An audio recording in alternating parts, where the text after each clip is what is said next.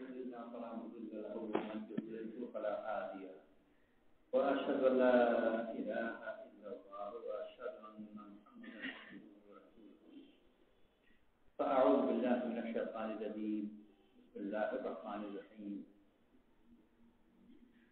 هو الذي ارسل رسوله بالهدى ودين الحق ليظهره على الدين كله وكفى بالله شهيدا وقال رسول الله صلى الله عليه وسلم إن الله جميل يحب الجمال أو كما قال عليه الصلاة والسلام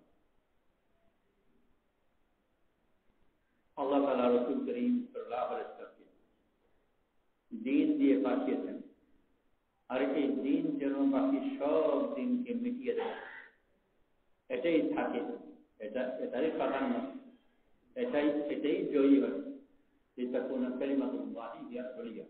এটাই যেন উপরে থাকে এই জন্য পাঠিয়েছেন বাকি সব কিছুকে নিঃশেষ করে দিয়ে দিন প্রতিষ্ঠিত করে আর আল্লাহ তাআলা রাসূল করিম সাল্লাল্লাহু আলাইহি ওয়াসাল্লামকে অস্ত্র হিসেবে দিয়েছেন এটা প্রতিষ্ঠা করবার জন্য দিয়েছেন সৌন্দর্য। মানুষ দুনিয়া জয় করে আর জয় করার অস্ত্র হিসাবে ব্যবহার করে কঠোরতাকে, যেটা সৌন্দর্যের ঠিক বিপরীত। নিষ্ঠুরতা, নিষ্ঠুর আচরণ আর সুন্দর আচরণ পরস্পর বিরোধী। আল্লাহ তাআলা রাসূল সাল্লাল্লাহু আলাইহি ওয়াসাল্লামকে নিষ্ঠুর বানিয়ে পাঠাননি, বরং রাসূল সাল্লাল্লাহু আলাইহি ওয়াসাল্লামকে আখলাক দিয়ে পাঠিয়েছেন। ফাবিমা রাহমাতিন মিনাল্লাহি লিনতা ওয়ালাউ কুনতা ফাযলান গলীযাল কলব লানফাযু মিন হাওলিক। আল্লাহর রহমতে তোমাকে মোলায়েম করে দেওয়া হয়েছে। যদি তুমি কঠোর হতে তাহলে তোমার কাছে তোমার যদি শক্ত দিলওয়ালা হয়ে কঠোর হতে তোমার কাছে সবাই দূরে ছিটকে পড়বে। আল্লাহ তাআলা রাসূল সাল্লাল্লাহু আলাইহি ওয়াসাল্লামকে আখলাক দিয়ে পাঠিয়েছেন। ওয়া ইন্নাকা লাআলা খুলুকিন আযীম, মহান আখলাক। এই জিনিসগুলো আর কঠোরতা এগুলো পরস্পর বিরোধী। হিংস্র আচরণ, কঠোর আচরণ প্রয়োজনে কখনো কখনো অল্পটুকু দেখাতে হয়। আল্লাহ তাআলা রাসূল সাল্লাল্লাহু আলাইহি ওয়াসাল্লামকে আদেশ দিয়েছেন, ওয়াল ইয়াজিদ ফিহি, তোমাদের মধ্যে যেন কঠোরতা থাকে, কিন্তু ওইটা রাসূল সাল্লাল্লাহু আলাইহি ওয়াসাল্লামের স্বাভাবিক আচরণের বিরুদ্ধে থাকে। যেরকম আল্লাহ তাআলা গোলাপের সাথে গোলাপের ডালের মধ্যে, ফুলের মধ্যে নয়, ডালের মধ্যে কিছু কাটা রয়েছে, ওটা একেবারে বিরোধী। ফুল আর তার কাটা পরস্পর বিরোধী, কিন্তু প্রয়োজনের ক্ষেত্রে ওইটা একটু ব্যবহার করতে হয়। গোলাপ বলতে কাটা বোঝায় না, ফুলই বোঝে। তার গোলাপের গন্ধ মানে কাটার গন্ধ নয়, ফুলের গন্ধ। গোলাপের সৌন্দর্য ওটা ফুলের সৌন্দর্য, কাটা না। যদিও কাটা আছে, কিন্তু দুনিয়া যে গোলাপ ফুল জয় করেছে, রাধা বাদশাহ যে ফুলদানিকে যে জয় করেছে, ওটা গোলাপ তার কাটা দিয়ে জয় করেনি, তার সৌন্দর্য দিয়ে জয় করেছে।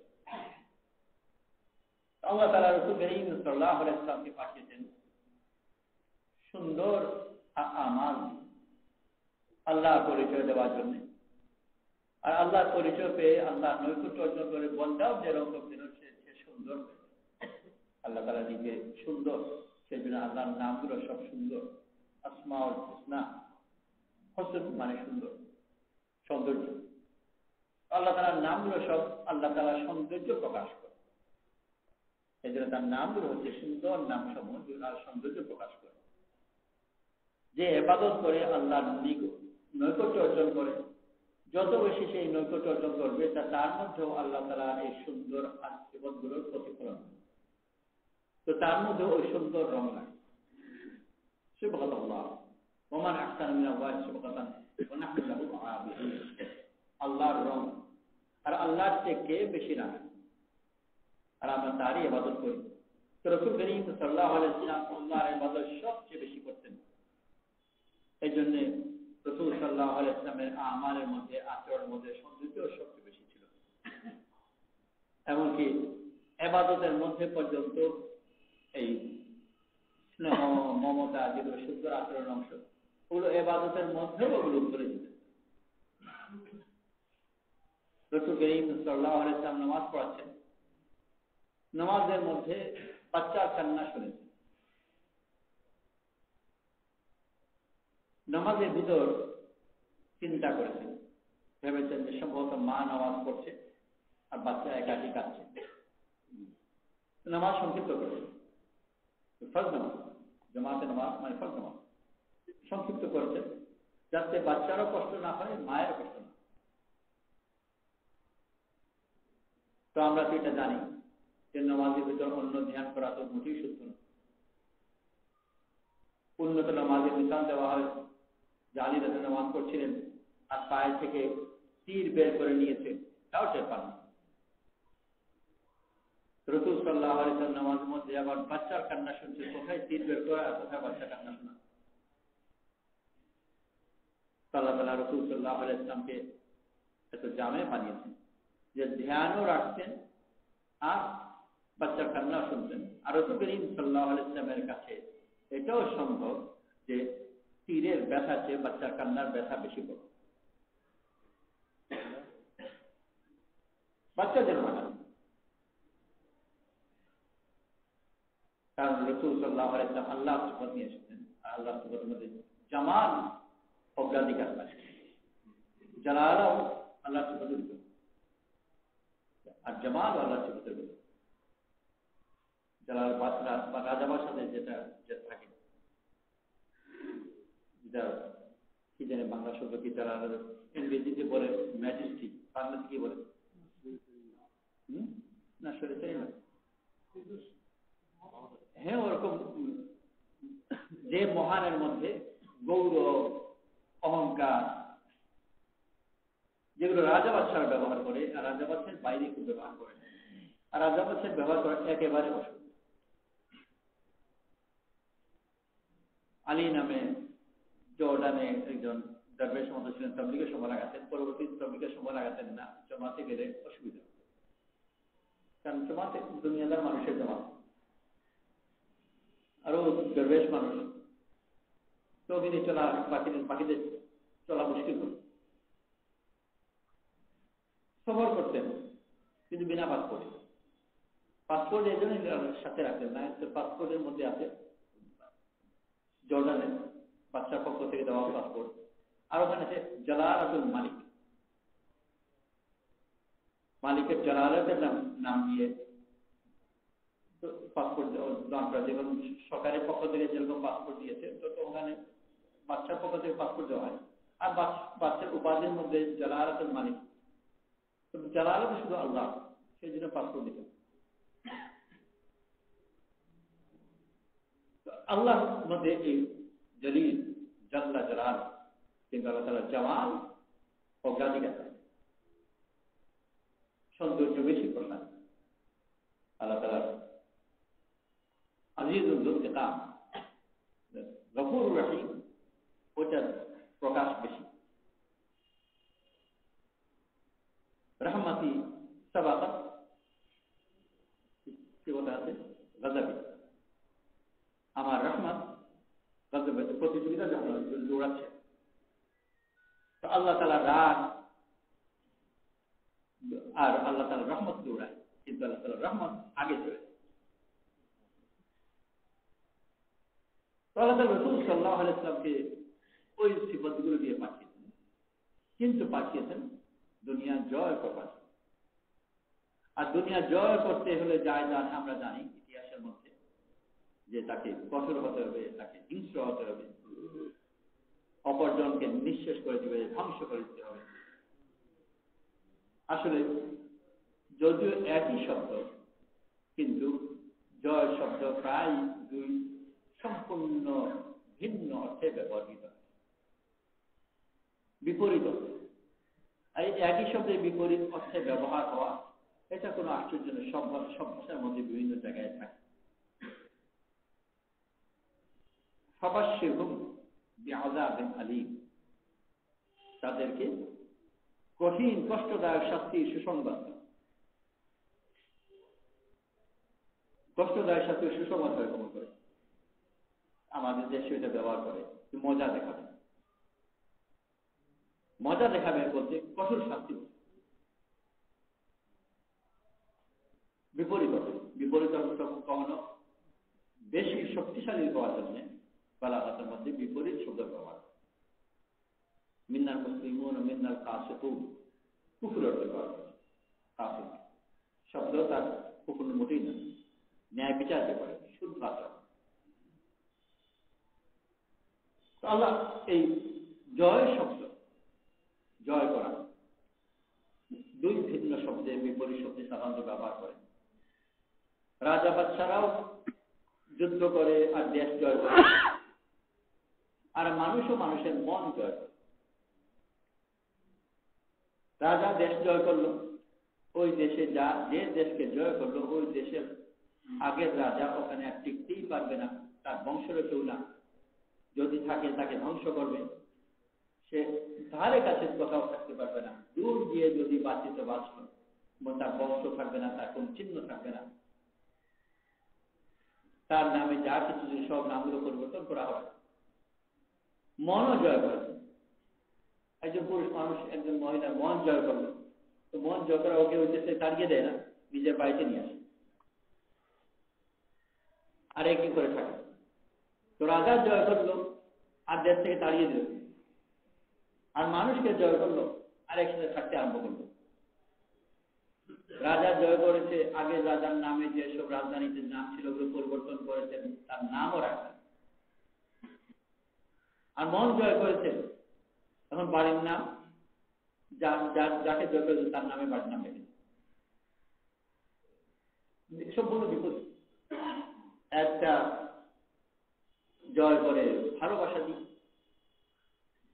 আর আরেকটা জয় করে ভয় দিয়ে, হিংস্রতা দিয়ে, নিষ্ঠুরতা দিয়ে জয় করে, এটা মোকাবেলা করতে পারে।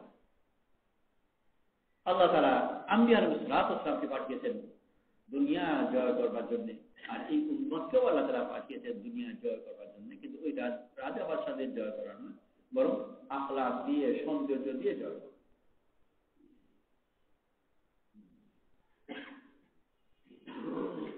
ফ্রান্সের একজন যুবক, তখন যুবক 30-40 বছর আগে ভ্রমণে এসেছিলেন। তখন ওই একটা আন্দোলন ছিল, হিপ্পি বলা হতো, আজকাল ওটা নেই, আর নাম বাকি রয়েছে কিছু কিছু। ওই হিপ্পি হিসাবে ভারত এইসব অঞ্চলে বেড়াতে এসেছিল। তখন হিপ্পিদের জন্য ওই প্রধান তীর্থই ছিল ভারত, নেপাল ইত্যাদি। অনেকগুলোতে এইসব দেশগুলোতে গাঁজা টাজা খুব বেশি পাওয়া যায়। আল্লাহ তাআলা তাকে হিদায়াত রেখেছে, হিদায়াত আছে। এই হিপ্পি সফরে এসে কোন পর্যায়ে পাকিস্তানে মুসলমান হয়ে,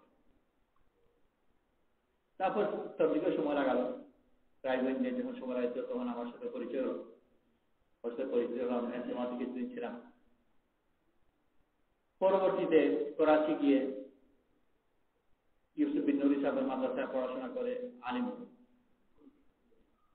বর্তমানে এখন প্যারিসে আছে, তার একটা মাদ্রাসা পরিচালনা করে। দেশে ফিরে যাওয়ার পরে, ফ্রান্স ফিরে যাওয়ার পরে তাদের দেশে সব সামরিক বাহিনীতে কিছুদিন সময় দেওয়া, মিলিটারিতে কিছুদিন সময় দেওয়া, ওটা তাদের দেশে তখন বাধ্যতামূলক ছিল। এমনিতে লোক আর্মিতে যেতে চায় না, কিন্তু প্রত্যেকের জন্য বাধ্যতামূলক 1.5 বছর 2 বছর আর্মি থাকতে হবে। প্রথমে এটা 2 বছর ছিল, তারপর 1.5 বছর, তারপর 1 বছর, তারপর এখন বিরুদ্ধ, ওটা নেই। প্রায় ছুটতে চাইতো, যেতে চাই বাধ্যতামূলক যেহেতু, কিন্তু যেতে হয়। ও যেহেতু ফ্রেঞ্চ ওখানকার নাগরিক, এই আর্মি মুক্ত হয়েছে ঠিকই, কিন্তু আর্মি তো ছাড়বে না। আর্মিতে গিয়েছে, গিয়ে বেড়ে থাকতে আরম্ভ করলো। প্রথম কথা বললো যে আমি এই গোষ্ঠ খাবো না, জমা করার হালাল গোষ্ঠ হবে। তাদের দেশের আইন অনুযায়ী ধর্মের উপর হস্তক্ষেপ করা যায় না, অতএব তারই কারণ মানতে হয়েছে, এটা তার ধর্মীয় অধিকার, ধর্মের নিরপেক্ষ দেশ।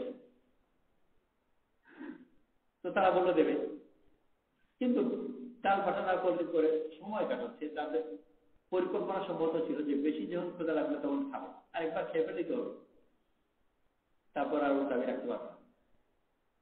কিন্তু কয়েকদিন যখন হয়ে গেল আর খাচ্ছে না, আর আপেল টাপেল ওগুলো শুধু ছোটখাটো জিনিস খাচ্ছে, আর্মি পরিবেশ তো মনে করে যে পেট ভরে ভাত না খেলে মানুষ মরে যায়। তো তাদের ভয় হচ্ছে মরেই না যায়, আর যদি মরে যায় তো মহা সমস্যা হবে।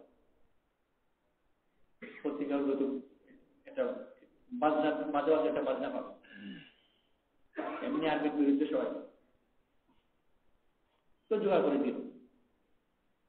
তারপরে পিটি ইত্যাদি করতে হয়, হলো শর্ট পরে, হাফ প্যান্ট পরে, এগুলো এটা করা যাবে না, সতর্ক থাকতে হবে। তো তার সতর্ক ঢাকা বন্দোবস্ত করে দিল, তাকে অনুমতি দিল লম্বা প্যান্ট পরে সে পিটি করতে পারে। প্যারেড করতে গেল, হাঁটবে, লেফট রাইট করবে, বুক ফুলিয়ে হাঁটতে হয়। ও বললে এরকম বুক ফুলিয়ে হাঁটা যাবে না। ইবাদুর রহমান ইয়ামশুন আলাল আরদি হাওনা, আল্লাহর বান্দারা দুনিয়াতে বিনয়ের সাথে হাঁটে। ইন্নাকা লান তাহরিকাল আরদা ওয়া লান তাবলুগাল জিবালা তুলা, তুমি ঘটঘট করে পাহাড়ের চেয়ে লম্বা হতেও পারবে না, আর আকাশও ছিঁড়তে পারবে না, পৃথিবীকেও ছিঁড়তে পারবে না। আল্লাহ তাআলা লোক পছন্দ করে। ওকে বিদায় দিল, দরকার নাই।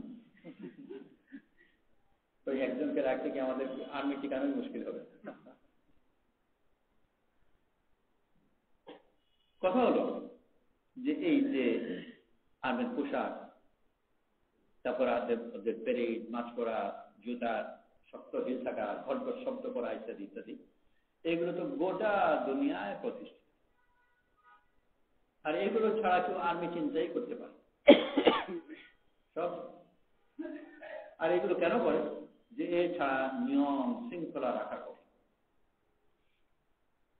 হারাম শরীফে হাজে আসওয়াদ পাহারা দেওয়ার জন্য যে পুলিশ রেখেছে, সেই পুলিশের সব পরা, তার খাকি পোশাক, বেল্ট লাগানো, শক্ত জুতা, আর তাকে ওরা লেফট রাইট করে। কেন? যে এছাড়া এটা এখানে ভিড় সামলাতে পারবে, ঢিলা জামা পরে এই ভিড় ছাড়া সামলাতে পারবে না, তার জন্য তার খাকি মিলিটারি পোশাকের দরকার, ওই আচরণের দরকার। তো সামান্য হাজে আসওয়াদকে পাহারা দেওয়ার জন্য যদি মনে করে যে এছাড়া চলবে না, ইহুদ নাসার কাছে পদ্ধতি শিখতে হবে, তো আর কোথায় আছে যেখানে ইহুদ নাসার পদ্ধতি ছাড়া চলতে পারে? পুরা দুনিয়া তাদের এই পদ্ধতিকে মেনে নিয়েছে, এর মোকাবেলা করা যাবে না। কারণ এছাড়া প্রশাসন, দেশের আভ্যন্তরীণ প্রশাসন, পুলিশ যুদ্ধ জয়ের জন্য, আভ্যন্তরীণ প্রশাসনের জন্য, যুদ্ধ জয়ের জন্য জয় করা, এই কঠোরতা ছাড়া কোনো জয় হবে না, প্রশাসন হবে না, আইন শৃঙ্খলা কিছুই করতে হবে। আর আল্লাহ তাআলা আম্বিয়া আলাইহিস সালাতু ওয়াস সালামকে পাঠিয়েছেন, আর আম্বিয়া আলাইহিস সালাতু ওয়াস সালাম বলে পাঠাননি যে ঠিক আছে তোমাকে নবী বানা পাঠাচ্ছি, কিন্তু ঠেকা পড়লে ইহুদ নাসার কাছে কিছু কিছু শিখে নিবে, ওরকম। এটা কামিল আলিয়াম আকমালতু লাকুম দীনাকুম ওয়া আতমামতু আলাইকুম নি'মাতি ওয়া রাদিতু লাকুমুল ইসলাম দীনা, এই দিনকে পরিপূর্ণ করে দেওয়া হয়েছে। ওমর রাদিয়াল্লাহু আনহু কিছু কথা নিয়ে এসেছিলেন ইহুদিদের কাছ থেকে, জানিয়ে কিতাব থেকে। কথা যেগুলো এনেছিলেন শুদ্ধ সুন্দর কথা ছিল, কিন্তু এনেছেন ওই জায়গা থেকে যেখান থেকে আনা শুদ্ধ না। আমি যদি অন্য জায়গা থেকে বলি যে কথা তত্ত্ব ভালো, কিন্তু জায়গা নির্ভরযোগ্য না, তো 10 ভালো করার কথার মধ্যে এক খারাপ কথা, কিন্তু নির্ভরযোগ্য সূত্র হওয়া যায় অত্যন্ত জরুরি। ওই সূত্র নির্ভরযোগ্য না হওয়ার কারণে রাসূল সাল্লাল্লাহু আলাইহি ওয়াসাল্লাম অত্যন্ত অসন্তুষ্ট হয়েছে। কথা খারাপ কিছু ছিল না, আর রাসূল সাল্লাল্লাহু আলাইহি ওয়াসাল্লাম কথা ঠিক ভালো না মন্দ শুনেও না, শোনা প্রয়োজন নেই। ওমর যখন কথা বলছেন, নিশ্চয়ই রাসূল সাল্লাল্লাহু আলাইহি ওয়াসাল্লামের কাছ থেকে যে কথাগুলো শুনেছেন ওই কথার সাথে সামঞ্জস্যপূর্ণ ছিল বলেই ওনার কাছে সুন্দর লেগেছে। আর দিনই কথা তো বেশিরভাগই সামঞ্জস্যপূর্ণ, এই জন্য সাধারণ জাহেলরা বলে যে সব দিন যে কথাই বলে, এটা জাহেলদের প্রচলিত একটা কাজ। ভালো কথা, সব দিনেই ভালো কথা বলে, খারাপ কথা তো বলবো না, কিন্তু শুদ্ধ শুদ্ধ তারপরেও আছে, ওটা গ্রহণযোগ্য না। ওমর লানু এনেছিলেন, কথা খারাপ কিছুই ছিল না, খুবই সম্ভব, কিন্তু অশুদ্ধ সূত্র না থাকার কারণে রাসূল সাল্লাল্লাহু আলাইহি ওয়াসাল্লাম অত্যন্ত সন্তুষ্ট হয়েছে। আর ওমর লানু যেন নতুন করে আবার মুসলমান হলেন। যখন আবু বকর সিদ্দিক রাদিয়াল্লাহু আনহু দেখিয়ে দিলেন যে রাসূল সাল্লাল্লাহু আলাইহি ওয়াসাল্লাম নারাজ হয়ে গেছেন, উনি বুঝতে পারলেন, তখন যে কথা বললেন ওই কথাতে প্রমাণিত হয় যে উনি নতুন করে আবার ঈমান আনছেন।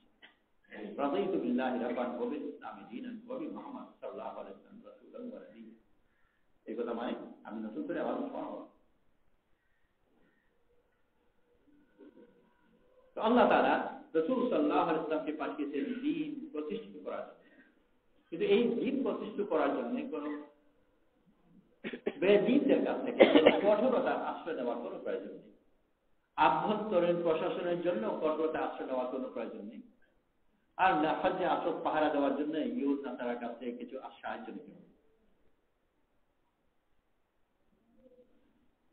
দিন আসবে তার দিনই পদ্ধতিতে, আর দিনের মধ্যে রাসূল সাল্লাল্লাহু আলাইহি ওয়াসাল্লাম এনেছেন ওনার আখলাক, ওনার আচরণ মুলায়ম, ফাবিমা রাহমাতিন মিনাল্লাহ লিনতা, আল্লাহর রহমতে তোমাকে মুলায়ম করে দেওয়া হয়েছে। এই সৌন্দর্যটি দিন প্রতিষ্ঠা করা, জয় কঠোরতা দিয়েও জয় করানো, যার আদেশ মেনে নেই, আর ভালোবাসায় জয় করা। পাড়ার মধ্যে নাম করার কোন সন্ত্রাসী আছে, ওই সন্ত্রাসীর কথা পাড়ার লোক সবাই মানে, বিরোধিতা করে। সে যদি এসে কোনো পাইতে জোড়া কিছু একটা জিনিস চায়, তো সবাই দৌড়ে তাড়াতাড়ি করে একটু পানি চাইলে সব ভালো গ্লাসে ভালো পানি এনে তাকে বসতে দেবে, পানি পান করে, কিন্তু ভিতরে ঘৃণা। আর এই দেখাচ্ছে তার উপদ্রব থেকে বাঁচবার। তো সেও এক ধরনের রাজা, ওই সন্ত্রাসীও এক ধরনের রাজা। তার কথা চলে পরিবারের ভিতরে যে শিশু, সেও আরেক রাজা। ওই বাচ্চা ও যা বলে পরিবারের সবাই তাই মেনে। মাঝ রাতে উঠে তার শখ হলো বাড়ির সব লাইট চালাতে হবে। বাড়িতে ছাত্র আছে, পরীক্ষা আছে, এখন ঘুমাতে হবে, সকালবেলা তার পরীক্ষা আছে, রোগী আছে, কিন্তু ওর কথা হলো ভদ্রলোকের এক কথা, লাইট জ্বালাতে হবে, মেনে নেই। যেমনি লাইট জ্বালাবে ওর ছাত্র বিরক্ত হয়ে উঠবে, কেন লাইট জ্বালালে, যে বাবু বলছে, ও চুপ করছে, রোগীও চুপ করে যায়। ওর এমনই রাজ্য যে গোটা রাজ্যের মধ্যে বিদ্রোহী কেউ নেই, বিরোধীও কেউ নেই, সবাই মিলে। ও দুর্বলতম, গোটা পরিবারের মধ্যে দুর্বলতম, সব বড়, হাঁটতে পারে না, হাতের শক্তি নেই, তার দাঁত নেই, কথা বলতে পারে না, বুদ্ধি কিছুই নেই, কিন্তু সবার কাছে সে প্রিয়। আর প্রিয় এবং দুর্বলতা, জাহেরি একটা দুর্বলতা এবং সৌন্দর্য প্রায় সমান্তরাল ভাবে। কেউ বিদেশ থেকে খুব সুন্দর একটা ফুলদানি এনে কাউকে হাজিয়া দিল, কেউ বলল ফুলদানি সে কিসে, তা তো জানি না, লোহার না কাঠের, বলছে এত সুন্দর ফুলদানি কি লোহার হয় নাকি, কাঠের হওয়ারই সম্ভাবনা বেশি। সৌন্দর্য কাঠের সাথেই বেশি মিল, লোহার সাথে পাথরের সাথে কম মিল। মানুষের মধ্যে আল্লাহ তাআলা মোটামুটি ভাবে দুই ধরনের ভাগ করেছে। পুরুষের সম্পর্ক শক্তির সাথে বেশি, মহিলার সম্পর্ক সৌন্দর্যের সাথে বেশি। রাসূল সাল্লাল্লাহু আলাইহি ওয়াসাল্লাম নারীদের ব্যাপারে কোন এক জায়গায় বলেছেন কাঁচ। এক জমাতে রাসূল চলছিলেন, আর একটু দ্রুত চলার কারণে মহিলাদের হাঁটতে অসুবিধা হচ্ছিল। রাসূল সাল্লাল্লাহু আলাইহি ওয়াসাল্লাম তাদেরকে সতর্ক করে বলেছেন, তোমাদের কাচের খেয়াল রাখো, কাচের বাসনপত্র যদি থাকে তো খুব সতর্ক থাকতে হবে, একটু বেশি জোরে করে ফেলে সব ডুবে, খুব যত্ন করে উঠাতে হবে, নামাতে হবে, ঢাকা দেওয়া যাবে না। রাসূল সাল্লাল্লাহু আলাইহি ওয়াসাল্লাম তাদেরকে কাজ করতে, বেহেশতের মধ্যে পাত্র, যে পাত্রের মধ্যে পানিতে দান হবে, ওগুলো বেশিরভাগ অনেকগুলো কাছে সূরা বাকারার মধ্যে খাওয়ারই বলা হয়। কাছে জিনিস বড় কাছে দুর্বল ভেঙে দেয়। তো আল্লাহ তাআলা আম্বিয়া আলাইহিস সালাতু ওয়াস সালামকে পাঠিয়েছেন সৌন্দর্য দিয়ে, জাহিরি ভাবে এত নরম যে এই ভাঙবে। কিন্তু আল্লাহ তাআলা হযরতে আবার বড় শক্তিশালী বানিয়েছেন, কিন্তু তার জাহির ছিল বড় নরম। এই জন্য আম্বিয়া আলাইহিস সালাতু ওয়াস সালামকে আল্লাহ তাআলা যেহেতু সৌন্দর্য দিয়ে পাঠিয়েছেন, আর সৌন্দর্যের জাহির সুরত হচ্ছে দুর্বলতা, সেই জন্য আম্বিয়া আলাইহিস সালাতু ওয়াস সালাম জাহিরি ভাবে দেখতে বড় দুর্বল ছিল। মূসা আলাইহিস সালামের জন্মের আগেই এই সিদ্ধান্ত হয়ে গেছে যে ওনাকে জন্মের পরে কতল করা হবে। বনী ইসরাঈলের জন্য অনেক শিশুকে কতল করা হয়েছে। তো কত দুর্বল যে জন্মও হয়নি, অপরাধ হয়নি, বিচারও হয়নি, আর কতটা হুকুম হয়ে গেছে, আর এই ব্যাপারে কেউ প্রতিবাদও করে পক্ষে থেকে যে কেউ বলবে যে তো বিচারটা হোক আগে, তারপর না কতল করবে, তাও না, সবাই মেনেও নিল। এতই দুর্বল, পক্ষে বলবার করবে। জন্ম হল, মরে যাওয়ারই কথা, কিন্তু প্রচলিত ভাষায় বাই চান্স উনি মরলেন, বেঁচে গেলেন। তো বাঁচলেন তো, কিন্তু আল্লাহ তাআলা বললেন যে তোমার বাচ্চাকে দুধ খাওয়ার, মাকে বললেন বাচ্চাকে দুধ খাওয়া, আর যদি ভয় লাগে তাহলে বাচ্চা করে নদীতে ফেলে দাও। এটাই বাঁচাবার উপায় নাই, বাচ্চা করে নদীতে ফেলে দাও। এক জায়গায় বাচ্চা তার গিয়ে মরবে, কিন্তু তুমি তাই করলেন, বাচ্চা করে নদীতে ফেলে দিলেন। ওখানে আবার ডুবে যাওয়ার কথা ছিল, মরে যাওয়ার কথা ছিল, কিন্তু বাই চান্স মরলেন। আর ভাসতে ভাসতে গিয়ে ঘাটে লাগলেন একেবারে ফেরাউনের হাতে। তো রাজা বাদশাদের কি আর কোনো কাজ নেই যে নদীর পাশে বসে থাকবে? কিন্তু ওই সময় কত হাজারো মানুষ আছে, আর বিশেষ করে ফেরাউন নদীর কাছে বসে থাকবে সেই সময় খুবই কম, অত্যন্ত কম সম্ভাবনা। যদিও আরো অনেক হাতে গিয়ে পড়তে পারতেন, কিন্তু না হয় একেবারে ওই সম্ভাবনা যেখানে অতি কম। দেশের মধ্যে আছে রাজা মাত্র একজন, আর সেই রাজা কতক্ষণ বা নদীর পাশে বসে, কিন্তু সেই অল্প সম্ভাবনা থাকা সত্ত্বেও ওই বাই চান্স দিয়ে উনি ফেরাউনের হাতেই পড়বে। ফেরাউন বুঝতে পারবে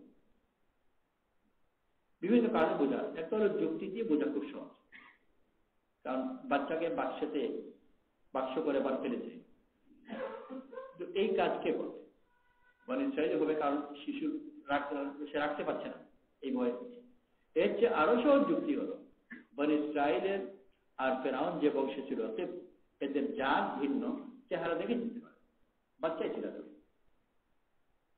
সেই হিসাবে বনী ইসরাঈলের ওনাকে চেনা কোনো কঠিন ব্যাপার নয়। ফেরাউন বলতে পারলো আর মেরেও ফেলতে চাইল, যাকে মারবার জন্য হাজার শিশু হত্যা করার আদেশ দেওয়া যে ওর হাতেই পড়েছে, মারতে চাইল।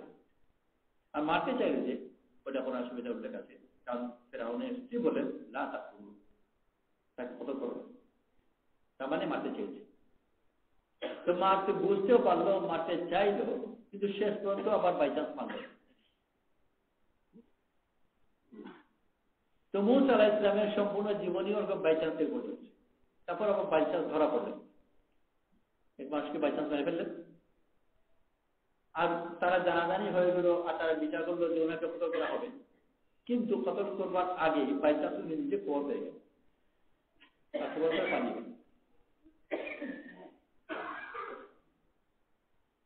মোমবাতি, ছোট মোমবাতিকে ঝড়ের মধ্যে কেউ নিয়ে যাচ্ছে, দমকা বাতাস আসে, আর মনে হচ্ছে এখনই নিভবে। ওই শিখাটা লাল ছিল, নীল হয়ে যায়, অল্পটুকু বাকি থাকে, নিভবে, কিন্তু বাইচান্স টিকে যায়। তো ঝড়ের ভিতরে একটা মোমবাতির দিকে যাওয়ার চেয়েও মূসা আলাইহিস সালামের দিকে যাওয়া আরো বেশি আসছে। এতগুলো বারবার একটা পর একটা বড় বিপদ আসছে, আর উনি দুর্বল, নিজের পক্ষে কেউ নেই, কিন্তু আল্লাহ তাআলা এর ভিতর ওনাকে পার করে নিয়ে যাচ্ছে। ইব্রাহিম আলাইহিস সালামের তাই, রাসূল সাল্লাল্লাহু আলাইহি ওয়াসাল্লামের তাই, ঠিক একইভাবে না হলো বিভিন্ন ভাবে গোটা মক্কা একত্রিত হয়েছে, সব কবিলার সন্তানরা একত্রিত হয়ে তাদেরই মাঝখান থেকে উনি বের হয়ে গেলেন, কেউ দেখল। আর এরপরে আবার সম্পূর্ণ আরব একত্রিত হয়ে আহজাবের সময় তারা আক্রমণ করলো। তখন ছিল সম্পূর্ণ মক্কা, আর আহজাবের সময় ছিল সম্পূর্ণ আরব। আশেপাশে সব কবিলাগুলো, সব দেশগুলো একত্রিত হয়ে আবার আক্রমণ করলো। এত বেশি মুসিবত যে সামনে পেছনে ডানে বাই আর যা নেশে গলায় থেকে বালাগাতুল কুলুবুল হানাজির, যাগাতুল আবসার, চোখ উল্টে গেছে, এরকম মুসিবত ছিল। কিন্তু আল্লাহ তাআলা এর ভিতরে বাঁচিয়ে দিলেন। তো এইভাবেই নবীদের জীবন, দুর্বলতাই তাদের শক্তি। ওই শিশু যে এত প্রিয়, ওর প্রিয় হওয়ার পেছনে বড় শক্তি হলো তার দুর্বলতা। দুর্বলতা মানুষের মহব্বতকে আকর্ষণ করে। আর দুর্বলতার মধ্যে একজনের সৌন্দর্য আছে। ও গোলাপ ফুলের পাপড়ি যদি ওরকম নরম এবং মোলায়েম না হয়, যদি শক্ত হয়, তাহলে কত সুন্দর হবে। সুন্দরের জন্য মোলায়েম, আর মোলায়েমের সাথে দুর্বলতাও জড়িত। শক্ত হয়ে গেলে ওই সৌন্দর্য আর থাকে। আর কাটা যদি ওরকম মোলায়েম হয়, তা কাটাও হয়। আল্লাহ তাআলা আম্বিয়া আলাইহিস সালামকে সৌন্দর্য দিয়ে পাঠিয়েছেন। আর সৌন্দর্যের তুলনা পোশাক দুর্বলতা, হাকিকতে দুর্বল নয়, কিন্তু তার বাহ্যিক পোশাক বড় দুর্বল। রাসূল সাল্লাল্লাহু আলাইহি ওয়াসাল্লামের সম্পূর্ণ জীবন এরকম দুর্বলতার ভিতর দিয়ে গেছে। আর এইটা দিয়েই মন জয় করছে। যাকে শক্তিশালী মনে হয় আসলে সেই দুর্বল। জওয়ান ছেলে বাড়িতে এসে এক বেলা চা চাইল, হয়তো ঘরে তার বোন আছে, বোনকে বললো এক বেলা চা দেন। ও রেগে গেল, দেখতে পাচ্ছেন আমি কাজ করছি, যখন তোর বিরক্ত করো, চা তো দিল না, আধা ঘন্টা বকবক করতো। পরের দিন অসুস্থ হয়ে গেল, বিছানায় পড়ে গেল, আর কিছু খাচ্ছে না, শরীর খারাপ, জ্বর, আর কিছুই খাচ্ছে না। তো যে আগের দিন এক বেলা চা চাওয়ার জন্য চা দিয়ে দেয়নি, আধা ঘন্টা বকুল দিয়ে, আর সেই এখন এসে বলে যে একটু লাল চা দেবো নাকি, হলুদ একটু লেবু চা দিই, বাতাস করে মাথা টিপে দিই। আগের দিন দাপট দেখিয়েছে, এক বেলা চা হয়, নরম হয়ে গেছে, সব আদর আছে। তো দিন জয় করার শক্তি হলো, অস্ত্রই হলো দুর্বলতা। আল্লাহ তাআলা আম্বিয়া আলাইহিস সালামকে পাঠিয়েছেন সৌন্দর্য দিয়ে। আর সৌন্দর্যের পোশাক হচ্ছে দুর্বলতা। রাসূল সাল্লাল্লাহু আলাইহি ওয়াসাল্লাম পুরা দুনিয়াতে দ্বীন নিয়ে এসেছেন, সুন্দর আখলাক। আর যে এই দ্বীন গ্রহণ করেছে, সে আর ওই আগের মতো শক্তিশালী থাকেনি, দুর্বল হয়ে গেছে। দিনের জাহির ছিল রাসূল সাল্লাল্লাহু আলাইহি ওয়াসাল্লামের ওফাতের পরে যখন অনেকেই যাকাত দিতে অস্বীকার করল, আর আবু বকর সিদ্দিক রাদিয়াল্লাহু আনহু তাদের বিরুদ্ধে জিহাদের ফয়সালা করলেন, ওমর রাদিয়াল্লাহু আনহু ভয় পেলেন।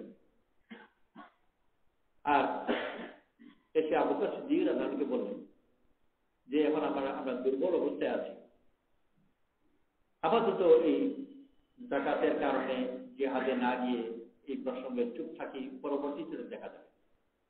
এই ধরনের একটা প্রস্তাব যার মোকাবেলা না হয়, কারণ আমরা এখন দুর্বল, এই প্রস্তাব নিয়ে আবু বকর সিদ্দিক রাদিয়াল্লাহু আনহু ওমর রাদিয়াল্লাহু আনহুর দাড়িতে ধরে ঝাঁকান। আর এই কথা বললেন যে জাহিলিয়তে তুই জব্বার ছিল, কঠোর ছিল, আর ইসলামে এসে কাপুরুষ হয়েছে। ইসলামে এসে কাপুরুষ হওয়ার তো কথা নয়, সাহস তো কমার কথা, সাহস বাড়ার, এটা কেন হবে? আর আবু বকর সিদ্দিক যে বললেন সাহস কমেনি, বুদ্ধি বিবেচনা কিছু বেড়ে দেওয়ার কারণে অনেক সময় বোকার যে সাহস থাকে ওইটা থাকে।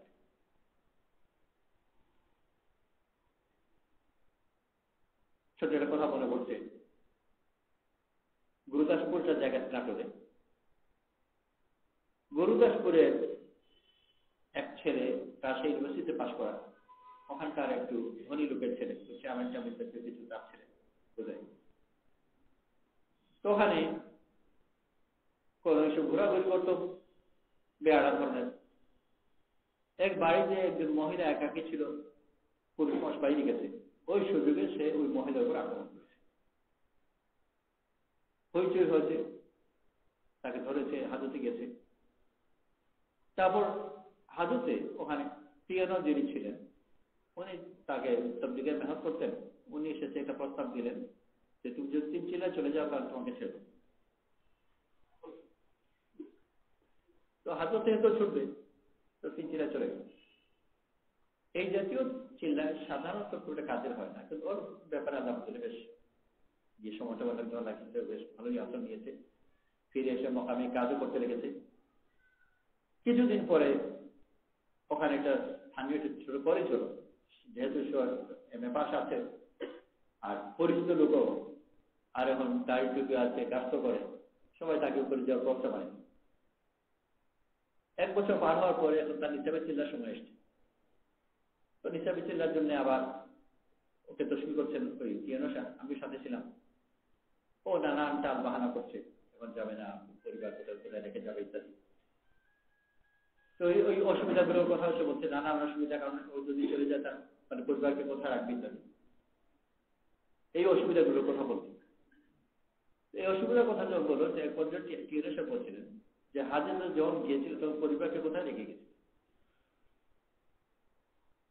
ওর উত্তরটা বড় সুন্দর ছিল, সেই জন্য সম্পূর্ণ ঘটনা শোনানো। ওর উত্তরে বলল, মানুষ ছিলাম না, মানুষের কোনো বিবেচনাও ছিল না, আমাকে মানুষের মধ্যে চিন্তা করতে হতো না, মানুষ হয়েছে এখানে অনেক কিছু ভাবতে হবে।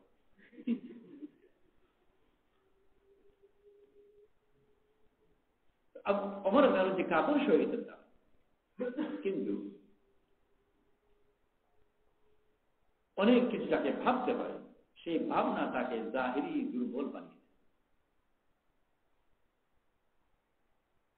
এখানে কোন একজন অমুসলমান হয়তো কিছু একটা খারাপ কাজ করলো, মনে করা যাক মসজিদে বিজয়ের কথা বলল, তেজি লোক বলবো কে বের আমি পরে দোষী করব। কিন্তু ওলামারা যারা আছেন বিদ্যার্থীরা, তারা অত বেশি তেজ দেখাবে। তার মধ্যে এটাও একটা কারণ হলো যে তার অপরাধ কি পরিমাণ, সেই হিসাবে শাস্তি হতে হবে। রাগের মধ্যে যেটা বিরাট শাস্তি দিলাম তাও সেটা তো একদিক আছে, ওপর আরেকটা দিকও আছে যে সমস্ত শুদ্ধ তো দিল। আমাদের অনেক মুসলমান আর অন্য দেশে আছে,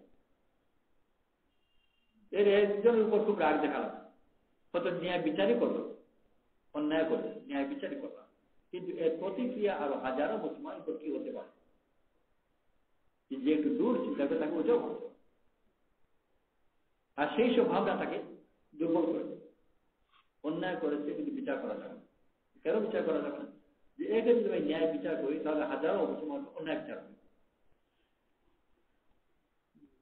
অনেক কিছু ভাবতে হবে।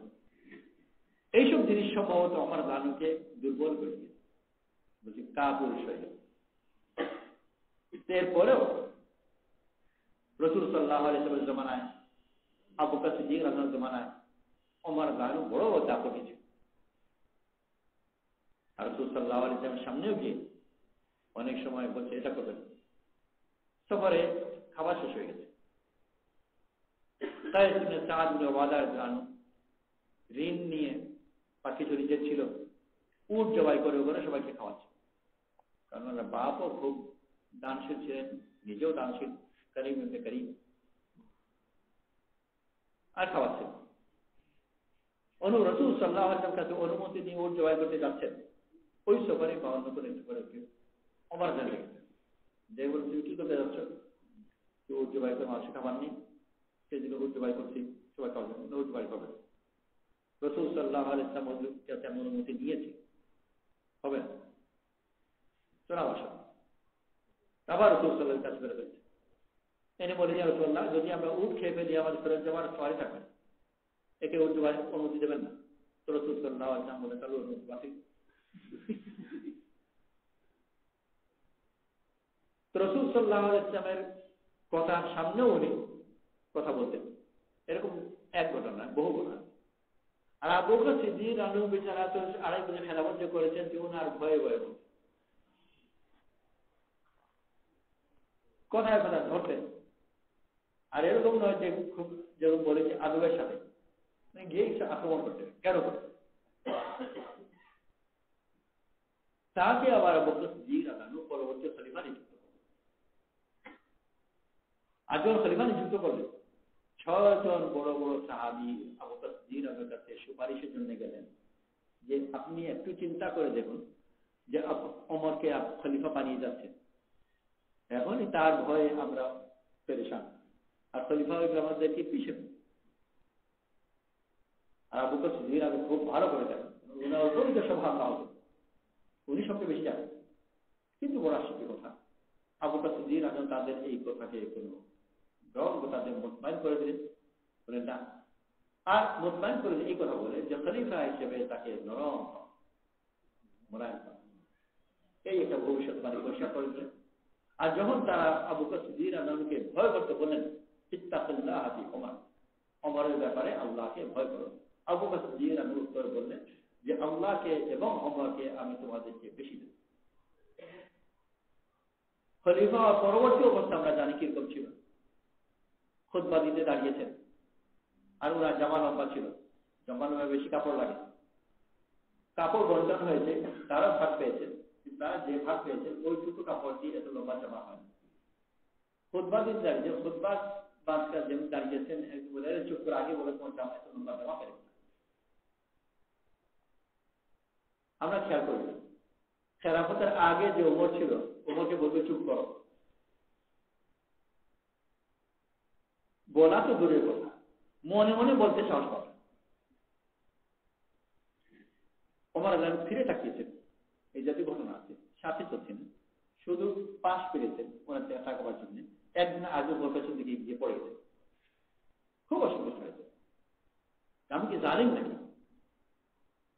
শুধু তাকিয়েছেন, একজন আগে বলতে পড়ে গেছে। আর খুতবা দিতে দাঁড়িয়েছেন, আর তাকে বলে খুতবা দিয়ে চুপ করে উত্তর দেওয়ার এই সাহস কি তার নিজের সাহস? মোটেই না। ওমর রাদিয়াল্লাহু নিজে এখন রাসূল সাল্লাল্লাহু আলাইহি ওয়াসাল্লামের স্থানে আবু বকর সিদ্দিক রাদিয়াল্লাহু আসনে, ওই আসনে যদিও হুবহু একই আসন নয়, একটা নিচে একটা নিচে বসেছেন, কিন্তু যদি তাদের প্রতিনিধি হওয়ার কারণে ওমর নিজের নিজ ওমরের পরিচয় নয়, তাদের পরিচয় চলছে। ওই পরিচয় রক্ষা করতে গিয়ে এই শুরুতে ভাবতে হচ্ছে যাকে থাকে সে তাকে বকাবকি করে, ভিতরে শক্তি আছে, শক্তি কিন্তু করছে। ওই গল্প বা ঘটনা কিছু এটা আছে, সে মরিদ ছিল জিন বলে। তো জিন অনেক সময় সাপের চৌতে আসে, অনেক সময় বিষাক্ত সাপের চৌতেও থাকে। তো সে জিনকে বলেছেন যে মানুষকে দর্শন করবে, সে বান্ধব দর্শন করে। পাড়ার ছেলেগুলো যখন জেনে ফেলেছে যে দর্শন করে না, তো ওদের অত্যাচারের বিষয় বলতে গেল। কিছুদিন পরে সে কাছে এসে যে পিঠে ব্যথা, আঘাত, মারধর করে ওকে সাপকে যখন পাইছে শরীরে কিছু মারে, এটা না আদেশ করে কিন্তু আমার পরিস্থিতি দর্শন না করতে, কিন্তু আমার অবস্থা নেই কি হয়েছে। তো হুজুর বললেন যে আমি তোমাকে দর্শন করতে নিষেধ করেছি, ফুসফাস করতে নিষেধ করেছি, ওগুলো করে নিজেকে ওরকম করে বাঁচাতে।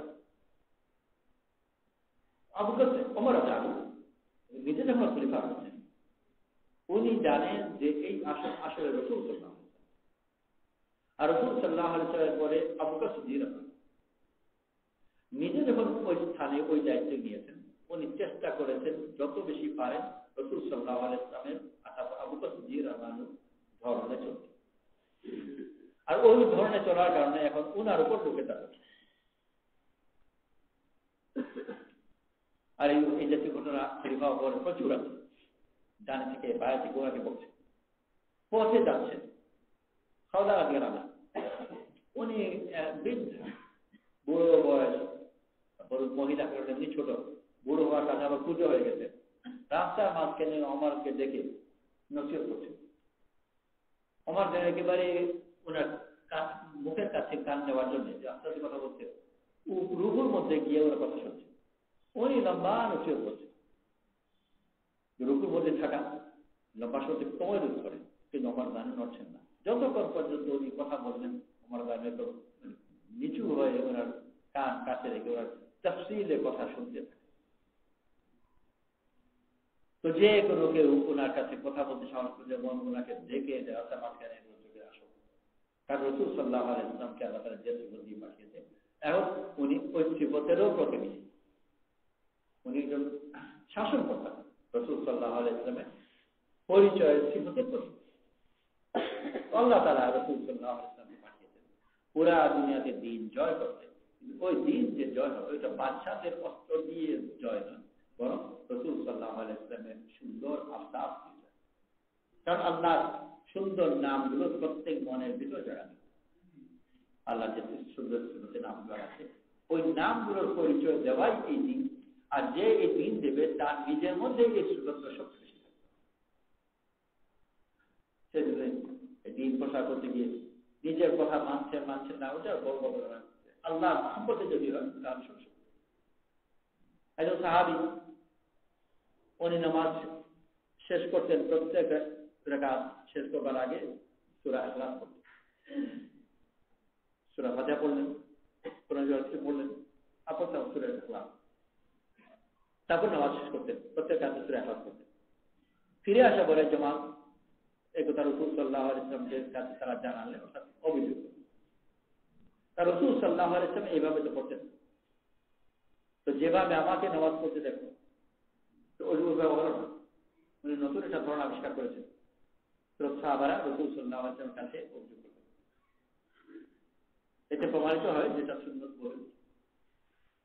রাসূল সাল্লাল্লাহু আলাইহি ওয়াসাল্লাম জিজ্ঞেস করলেন, বললেন তাকে জিজ্ঞেস করে সে এরকম কেন করে। তো ওনাকে জিজ্ঞেস করলেন, উনি বললেন যে আমি এই সূরাকে ভালোবাসি, এই সূরার মধ্যে রহমানের সিফত আছে, আল্লাহর সিফত, এই জন্য আমি এই সূরাকে ভালোবাসি, এই জন্য আমি এটা পড়ি। তো রাসূল সাল্লাল্লাহু আলাইহি ওয়াসাল্লাম বলেন, তাকে বলে দাও যে এই সূরার মহব্বতে আল্লাহ তাকে মহব্বত করে। ওনার আমল কিন্তু আইন বহির্ভূত, সুন্নাতের মধ্যে নয়, আগে থেকেও সুন্নাতের মধ্যে নয়। যেটা প্রমাণ হলো যে সাহাবারা এর বিরুদ্ধে অভিযোগ করলেন, আর রাসূল সাল্লাল্লাহু আলাইহি ওয়াসাল্লাম ব্যাখ্যা চাইলেন, যদি এটা সুন্নাতের বাইরে জিনিস নাম তো ব্যাখ্যা চাওয়ার কোনো অর্থ হয় না। ঠিক আছে, তা তো এটা আইনের বাইরে জিনিস বলেই ব্যাখ্যা চেয়েছে কেন। আরেক প্রমাণ হলো যে এর পরেও বাকি সাহাবারা এইভাবে নামাজ পড়তে আরম্ভ করেছেন, ওরকম কোনো দলিল পাওয়া যায় করেন। সেই জন্য এইভাবে করা অন্যদের জন্য শুদ্ধ নয়, শুধু ওনার জন্য, শুধু ওনার জন্য মানেই হলো যেটা ব্যতিক্রম, আইনের বাইরে জিনিস, কিন্তু শুধু ওনার জন্য। এই ব্যাপারে কামবির ওসব বলেছেন আলা হাদ্দি যাতি, শুধু ওনার জন্য শুদ্ধ, ব্যতিক্রমী জিনিস। আর ব্যতিক্রম কি? রাসূল সাল্লাল্লাহু আলাইহি ওয়াসাল্লাম যেভাবে করতে বলেছেন ওইভাবে না করে আরেকভাবে করছেন। বাদশাদের দৃষ্টিতে, রাজা বাদশারা, তাদের প্রধান পরিচয় হলো অহংকার। যত ভালো কাজই করুক, আমার কথা কেন মানব না, আমার চেয়ে বেশি বুঝে নাকি, আর কোনো কথাই নেই, ওর ঘাট থেকে মাথা নামিয়ে দেয়। আর রাসূল সাল্লাল্লাহু আলাইহি ওয়াসাল্লাম নবী মুরায়, উনি যেভাবে নামাজ পড়তে শিখেছেন সেইভাবে না করে আরেকজন অন্যভাবে করলেন, রাসূল সাল্লাল্লাহু আলাইহি ওয়াসাল্লাম ওটাকে শুধু যে মেনে নিচ্ছে তা না, ওইটাকে প্রশংসা করছে। আর প্রশংসা বড় শক্তিশালী প্রশংসা। তাকে বলে দাও এই সূরার মহব্বতে আল্লাহ তাকে মহব্বত করে। আল্লাহর মহব্বত চূড়ান্ত জিনিস, বহুত বড় জিনিস। আল্লাহ তাআলা রাসূল সাল্লাল্লাহু আলাইহি ওয়াসাল্লামকে এত নরম বানিয়েছেন যে ওনার দেওয়া জিনিস বিরুদ্ধে গিয়েও, বাইরে গিয়েও বিরুদ্ধে করা যাবে না, বাইরে গিয়েও যেহেতু আল্লাহ মহব্বতই করেছেন, রাসূল সাল্লাল্লাহু আলাইহি ওয়াসাল্লাম মহব্বত যখন থাকে তো তার আইন কানুন সব কেউ যদি শোনে যে এমনই জালিম, ঘরের টাকা পয়সা তো সব তো নিয়ে গেছে, খাচ্ছিল মুখের ভিতর থেকে বের করে নিয়ে গেছে, তো মানুষ অবাক কিরকম জালিম। মা ওকে লজেন্স দিয়েছে, বাচ্চার হাতে লজেন্স আছে, কিন্তু সে ওইটাই খায়, কিন্তু এগুলো তো তার রেজাল্ট। কিন্তু মা যেটা মুখে দিয়েছে ওইটা সে খায়, ওইটা মুখে বের করতে যায়, মা হা করে দেয়, আর মুখের ভিতর সে বের করে, আর বের করে নিজের মুখে দেয়, আর সব কিছুই মায়ের কাছে পারবে, সে খুব আনন্দ। তো মহব্বত যখন হবে, যে জিনিস জুলুমের যদি হতো, তার চূড়ান্ত জুলুম ছিল, মুখের ভিতর থেকে লোক বের করে নিয়েছে। আর মহব্বতে যদি হয় তাহলে বড় আনন্দ। রাসূল সাল্লাল্লাহু আলাইহি ওয়াসাল্লামের সাথে যে সম্পর্ক ছিল, এত গভীর মহব্বতের সম্পর্ক ছিল যে এই রাসূল সাল্লাল্লাহু আলাইহি ওয়াসাল্লামের বিরুদ্ধে চলতে তার সাহস,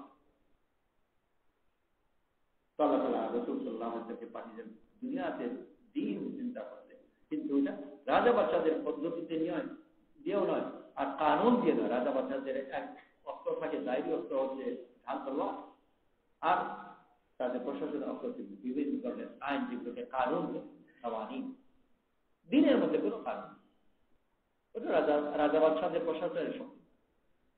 এখানে মাসাইল আছে, উসুল আছে, আর ক্ষেত্র বিশেষে রাসূল সাল্লাল্লাহু আলাইহি ওয়াসাল্লাম ব্যতিক্রম করলেন, এরকম বিভিন্ন জায়গায় বিভিন্ন ব্যতিক্রম জিনিস আছে, ওরা আমার বিস্তার তফসিল জানে। আর সব ব্যতিক্রম বুনিয়াদ এটাই যে ভালো করে করছে, ভালো ছিল, অতএব এটা গ্রন্থ। আল্লাহ তাআলা বড় মেহরবান করে আমাদের দ্বীন দিয়েছেন, আল্লাহর পথে বের হয়ে দ্বীনকে প্রতিষ্ঠা করা শিখি, কিন্তু দ্বীনই পদ্ধতি, রাজ পদ্ধতিতে দ্বীন প্রতিষ্ঠিত হবে না, বেদিনই হবে। দ্বীন হবে দ্বীনের পদ্ধতিতে, আর দ্বীনের পদ্ধতিতে ছোট করে নিজের মধ্যে আখলাককে সুন্দর করে, নিজেকে সুন্দর বানিয়ে আমার সৌন্দর্য দিয়ে দ্বীন প্রতিষ্ঠা করবো, শক্তি দিয়ে। এই জন্য আল্লাহর পথে বের হয়ে আমরা নিজেদেরকে প্রথম সুন্দর বানাই, আর সুন্দর দিন যে আল্লাহ তাআলা যে ৯৯ সুন্দর সিফাতি নাম আছে, ওই নামগুলো প্রতিফলন যেন আমাদের জীবনে হয়। যত বেশি আমার জীবনে ওই সুন্দর নামের প্রতিফলন হবে, তত বেশি আমি নিজে সুন্দর। আল্লাহ সবাইকে এই যে আল্লাহর পথে বের হয়ে ওইটা মেহনত করতে হবে। আমার গায়ে যে অন্যান্য রং আছে, অন্যান্য পরিচয় আছে, সব পরিচয়কে মুছে আল্লাহ তাআলার সিফাতি পরিচয় নিজের মধ্যে পয়দা করা। এই জন্য আমরা সবাই নিয়ম করেছি আল্লাহ পথে বেরোবো, আর আমি নিজের মধ্যে ওই সুন্দর সিফাতগুলো অর্জন করবো। এই জন্য নিয়ম করে যে 4 মাসের জন্য চিন্তা করে দিয়ে দেবো, যত তাড়াতাড়ি সম্ভব আল্লাহ পথে বেরোবো বলি সব।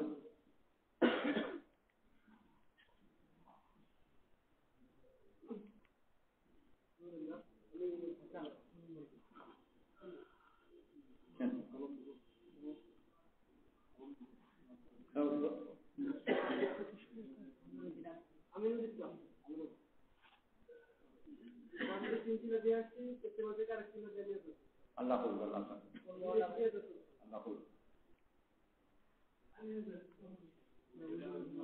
সামনে